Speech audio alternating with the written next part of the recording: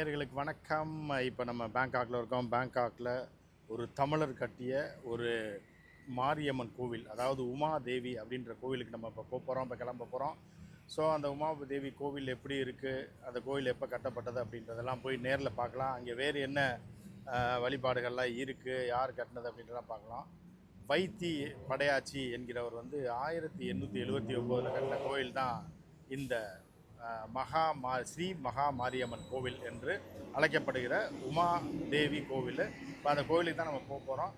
நம்ம வாங்க போகலாம்.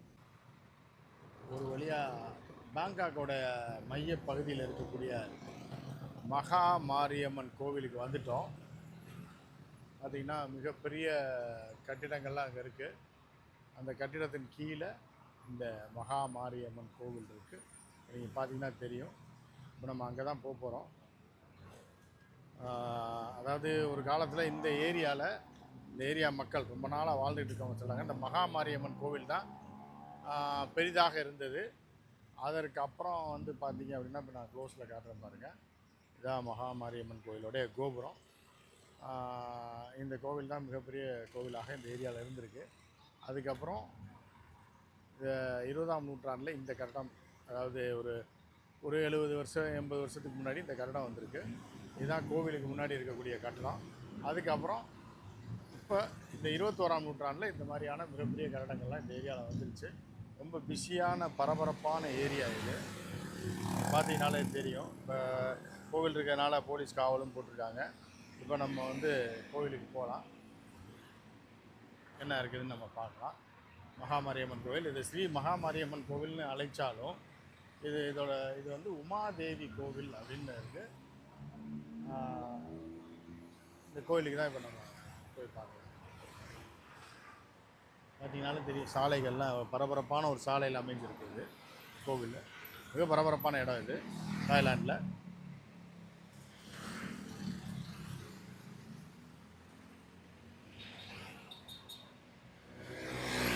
பண்ணி நம்ம போகிறோம், ரோடை கிராஸ் பண்ணி இப்போ போகிறோம். முதல்ல கோயிலோட சுற்றுப்பகுதியை பார்த்துட்டு வந்துடலாம். இந்த கோவில் பார்த்தீங்க அப்படின்னா 1879 வைத்தி படையாச்சி அப்படின்றவர் இந்த கோயிலை கட்டியிருக்கிறதா சொல்கிறாங்க. இந்த ஊரில் இந்த கோயில் ஒரு பெரிய அதிசயமாக, இந்த இந்து கோயிலாக இருந்தாலும் இது ஒரு அதிசயமாக பாருங்கள். எல்லோரும் கும்பிட்டுட்டு இங்கே நின்று செல்ஃபி எடுத்துகிட்டு போகிறாங்க. ஏன்னா இந்த கோவில் அவர்களுக்கு அந்த கோபுரம், அங்கே இருக்கிற சிலைகள், அந்த கோயிலோட அமைப்பு இதெல்லாம் பார்த்திங்கன்னா இவங்களுக்கு ரொம்ப ஆச்சரியம் தரக்கூடிய ஒரு விஷயமா இருக்கிறதுனால பாருங்கள். பேங்காக்கில் தமிழ் போர்டு அருள்மிகு மகா மாரியம்மன் கோவில். ஆனால் அருள்மிகு மகா மாரியம்மன் கோவில்னு இருந்தால் கூட இந்த கோயில் ஒரிஜினலாக உமாதேவி கோவில் அப்படின்னு அழைக்கப்படுது. நிறையா பேர் மக்கள் இதை வழிபட்டுட்டு போகிறாங்க பாருங்களேன். உள்ள ஒரு பாடல் கேட்கும், ஓம் சக்தி ஓம்னு. இது ஊருடைய இந்த கோயிலுடைய சுற்றுச்சுவர் பார்த்திங்க அப்படின்னா கோயிலுடைய கோபுரங்கள் இருக்குது, தாய்லாண்டோட கொடி இருக்குது. மகாமாரியம்மன் டெம்பிள் என்ன எழுதியிருக்காங்க, the temple is commonly called Wat Khai Silom. இது அவங்க பாஷையில். It is a temple of goddess Uma, consort of Shiva, built around 1879 by a group of Indian lived in Bangkok on the purchased land of Silom Road. At first it was built a small sala pavilion named Sala Sri Mariamman. It was studied Tamil Nadu who brought Indian civilization to other areas to Asia. In later years, Indian settlers in Silom and other areas of Bangkok gave their contribution to build the temple. Sculpture and goddess Uma was installed inside the temple as the principal image, and later images of the other Hindu gods. அதாவது முதல்ல 1800களில் உமாதேவிக்கு மட்டும் இங்கே கோவில் கட்டியிருக்காங்க. அதற்கப்புறமா பார்த்திங்கன்னா இப்போ வேறு சாமி சிலைகளை வைத்து இங்கே வழிபட தொடங்கியிருக்காங்க அப்படின்னு சொல்லி இதில் இருக்குது. இப்போ நம்ம கோயிலோட முன்பகுதி, இது பின்னாடி இருக்கிற ஒரு பகுதி. இந்த பகுதிக்குள்ளே உள்ள நுழையலாம். பட் நம்ம இதை பார்த்திங்க அப்படின்னா ஒரு சிறிய கோபுரம் இருக்குது, இதை உள்ளே போகலாம். பட் இருந்தாலும் நம்ம முன்னாடி வழியாக போகலாம். முன்னாடி கோவிலில் இருக்கக்கூடிய இப்போ எல்லா இடத்துலையுமே கடவுளை வழிபட்டு விட்டு நமக்கு எதாவது லாட்ரி சீட்டு விழுமான்னு பார்ப்பாங்க இல்லையா, இங்கேயும் அதே மாதிரி லாட்ரி சீட்டு கடை வச்சுருக்காங்க. இந்த கோயிலில் சாமியை கும்பிட்டு இந்த லாட்ரி சீட் வாங்கினா விழுகுன்ற ஒரு நம்பிக்கை. எல்லா கோயில் சர்ச்சிலையும் எல்லா இடத்துலையும் இந்த வழிபாட்டு தலங்கள்லாம் சரி கடவுளை கும்பிட்டோம், நமக்கு ஏதாவது விழுகுன்ற நம்பிக்கை எல்லா ஊர்லேயும் இருக்குது. இங்கே பார்த்தீங்கன்னா எல்லாம் வெளியிலேருந்தே பார்க்குறாங்க. வெளியிலேருந்து நம்ம எடுத்துருவோம். இன்னொரு விஷயம் என்னென்னா, ஏற்கனவே போன முறை வரும்போதே நம்மளை இதை எடுக்க விடலை. அதனால் இங்கேருந்தே ஒரு கவர் பண்ணிடுவோம் கோயிலுக்குள்ளே என்ன இருக்குது அப்படின்னு. இது வந்து இந்த விஷ்ணு சிலை இருக்குங்க, சரிங்களா? இந்த பக்கம் வந்து விநாயகர் சிலைகள் அது இதெல்லாம் இருக்கு. நம்ம உள்ளே போய் ட்ரை பண்ணி பார்க்கலாம். நாங்கள் முன்பகுதிக்கு போவோம். இந்த மாலை கடை வந்து இங்கே ரொம்ப ரொம்ப ஃபேமஸ். என்ன அப்படின்னு பார்த்தீங்கன்னா, எவ்வளோ அழகாக அந்த மாலைகளை டிஸ்பிளே பண்ணி வச்சுருக்காங்க. பார்க்கவே அவ்வளோ அழகாக இருக்கும்.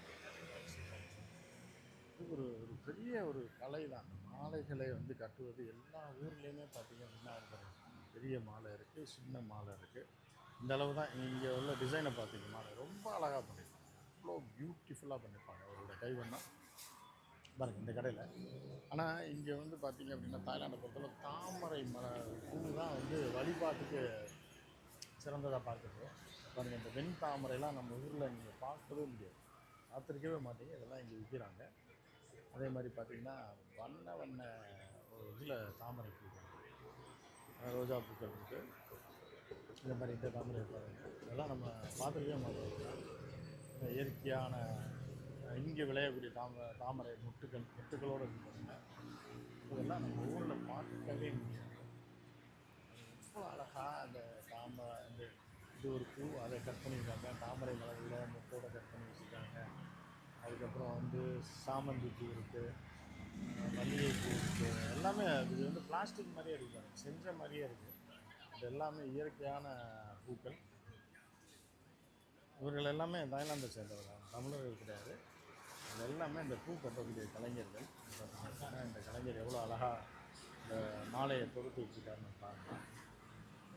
கலைஞர்கள் வந்து எந்த ஊராக இருந்தாலும் அவர்களுடைய இதுக்கு வந்து அவருடைய கலை ஞானத்துக்கு வந்து அளவே கிடையாது அப்படின்னு பார்க்கலாம். பாருங்கள் எவ்வளோ அழகாக அந்த பூ மாலையை கட்டியிருக்காரு. நம்ம ஊரில் ரோஜா பூ, சாமந்தி பூ, இந்த பூ வச்சு தான் கட்டுவாங்க. இங்கே வண்ண வண்ண மலரில் வச்சு அழகாக பூக்களை கட்டியிருக்காங்க. இந்த தலையில் கூட ஒரு பூ கட்டியிருக்காரு. பூ கட்டின மாதிரி தான் இருக்குது தலை கூட. அவர் ஒரு மாலை கட்டக்கூடிய கலைஞர் தான். இப்படி பார்க்கலாம். அடுத்து இந்த கடையில் பார்த்திங்கன்னா இன்னும் வித்தியாசமான மாலைகள் இருக்குது. மல்லிகைப்பூ, தாமரைப்பூ, அதெல்லாம் சொல்லி அவ்வளோ அழகாக இருக்குது பாருங்கள். இன்னும் அவருடைய கலை நுணுக்கம்.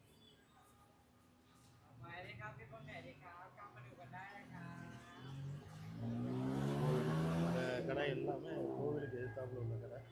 இதுவும் இருக்குது. நம்ம ஊரில் இந்த தேங்காய் பழம் தட்டு கொண்டுக்கிற மாதிரி. இது புல், தாமரை, எலுமிச்சம்பழம் தான் அம்மனுக்கு ரொம்ப உயர்ந்தது. அது மாதிரி எலுமிச்சம்பழம், தாமரை வந்து வச்சுருக்காங்க.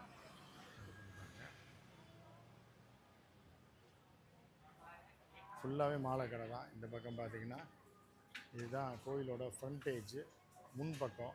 இந்த கோயிலுக்கு உள்ளே போகிறதுக்கு ஒரு பெரிய என்ட்ரன்ஸ் இருக்குது.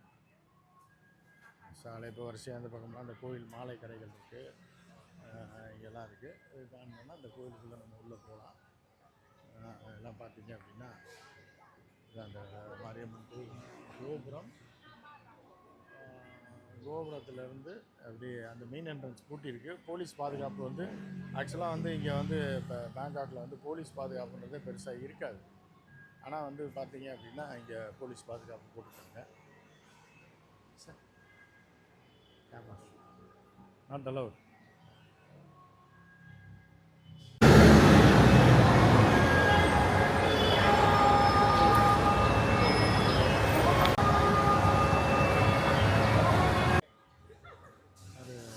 வீடியோ எடுக்கக்கூடாதுன்னு சொல்லிட்டாரு. இருந்த போதிலும் நம்ம வந்து இன்னும் ஒரு காட்டிக்கலாம் எப்படி வழிபடுறாங்க அப்படின்றத. பார்த்திங்கன்னா எல்லாம் பெண்கள் எல்லாம் உட்காந்துருக்காங்க. ஒரு வழிகாட்டு முறையே வேறு மாதிரி இருக்கும். எல்லாம் பயபக்தியோடு வழிபடுறாங்க. எடுக்கக்கூடாதுன்னு சொல்லிட்டாங்க. இருந்த போதிலும் நம்ம தெரியாமல் எடுத்துக்கிட்டு இருக்கோம்.